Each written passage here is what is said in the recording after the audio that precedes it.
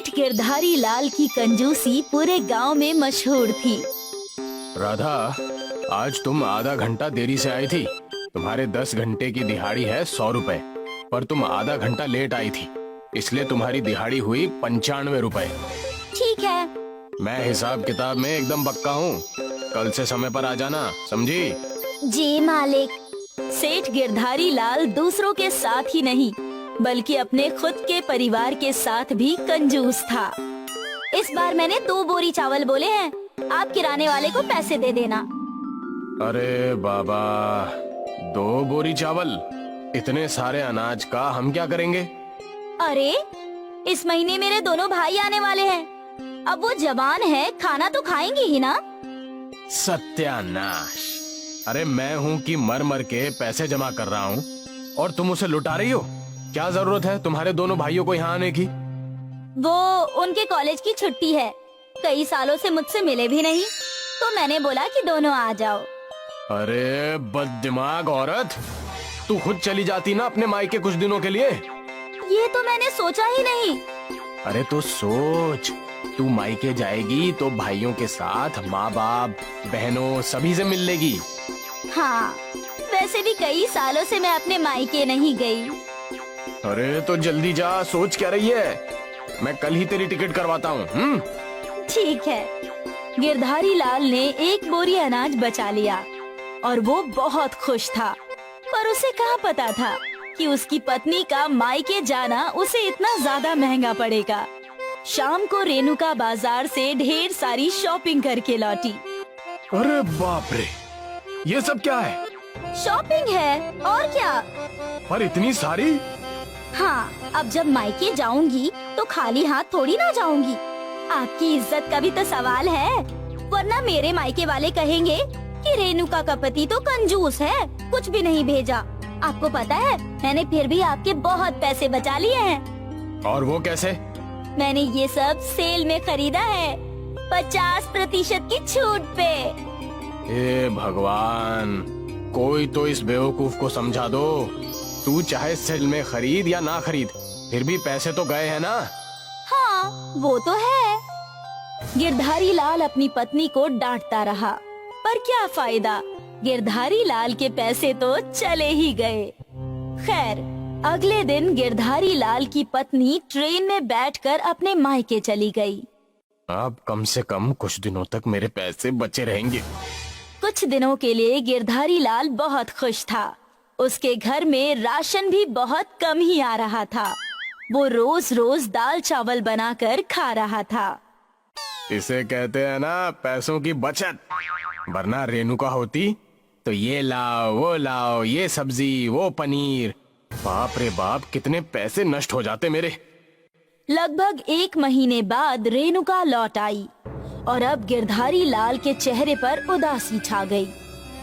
ये सब सामान लेते हुए आना। हाँ, 5 किलो शक्कर, 4 किलो दाल, 2 किलो घी, 10 लीटर तेल, इतने सारे सामान की जरूरत कैसे नहीं है? अब 2 लोग होंगे तो इतना खाना तो खाएंगे ही ना। अरे तू औरत है या राक्षस है? इतना सारा सामान खाएगी?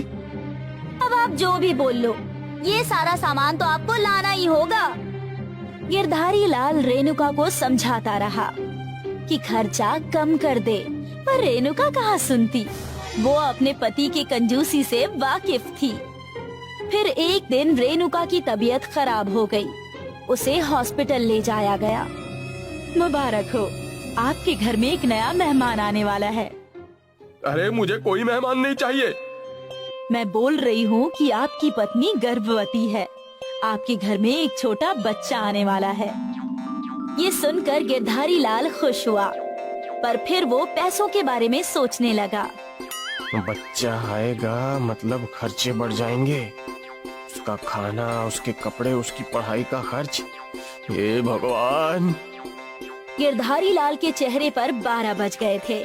ये देखकर उसकी पत्नी समझ गई। जरूर आप पैसों का सोच रहे होंगे, है ना? हाँ हाँ, क्यों ना सोचूं? आखिर पैसे तो मेरे ही जाएंगे ना। हाँ तो क्या हुआ, बेटा भी तो आपका ही है ना। अरे वही तो समस्या है।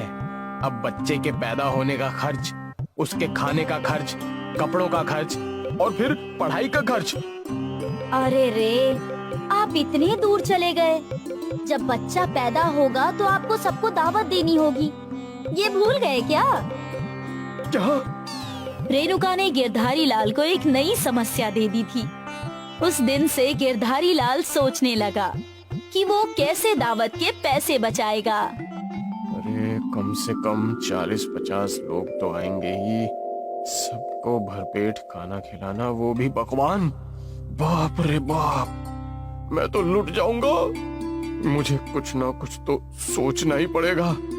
यहाँ रेणुका की डिलीवरी का समय नजदीक आ रहा था और वहाँ गिरधारी लाल परेशान हो रहा था। क्या करूं, क्या करूं? आखिर एक दिन गिरधारी लाल को ये योजना मिल ही गई और उस दिन उसके चेहरे पर मुस्कान आई। रेणुका ने एक बेटे को जन्म दिया। गिरधारी लाल बहुत खुश था। अरे मेरा बेटा, तुम जितने चाहे उतने मेहमानों को बुलाओ दावत पे। क्या हुआ, आज सूरज पश्चिम से निकला है क्या? अरे वो तो पता नहीं, लेकिन आज मुझे बेटा हुआ है। इस खुशी में रेणुका ने अपने सारे परिचितों और रिश्तेदारों को न्योता दिया। वो कब से सबको दावत पर बुलाना चाहती थी, पर गिरधारी लाल की कंजूसी की वजह से वो कर नहीं पा रही थी। दावत वाली रात को गिरधारी लाल के घर में मेहमानों की भीड़ लगी थी। गिरधारी लाल ने अपने नौकर को आवाज लगाई, अरे शंभू, सभी मेहमानों के सामने पकवान रख दे। शंभू ने हर आदमी के सामने एक प्लेट रखी जिसमें बस 2 लड्डू थे। बस 2 लड्डू देखकर लोग हैरान रह गए। अरे ये क्या, बस 2 लड्डू? अरे आप कंजूस से और क्या अपेक्षा कर सकते हैं? अरे कम से कम यहाँ बुलाकर हमारा अनादर तो नहीं करना चाहिए था। लोग उठकर जाने ही वाले थे कि अरे अरे रुके रुके रुके, ये आपका अनादर करने के लिए नहीं, बल्कि ये एक खेल है। आपके सामने 2 लड्डू हैं। जब आप वो खा लेंगे तो 2 और लड्डू रख दिए जाएंगे, फिर 2 और ऐसे करते करते आप बेहिसाब लड्डू खा सकते हैं। और हर लड्डू खाने के लिए आपको 10 रुपए भी मिलेंगे। क्या कहा भैया, 10 रुपए?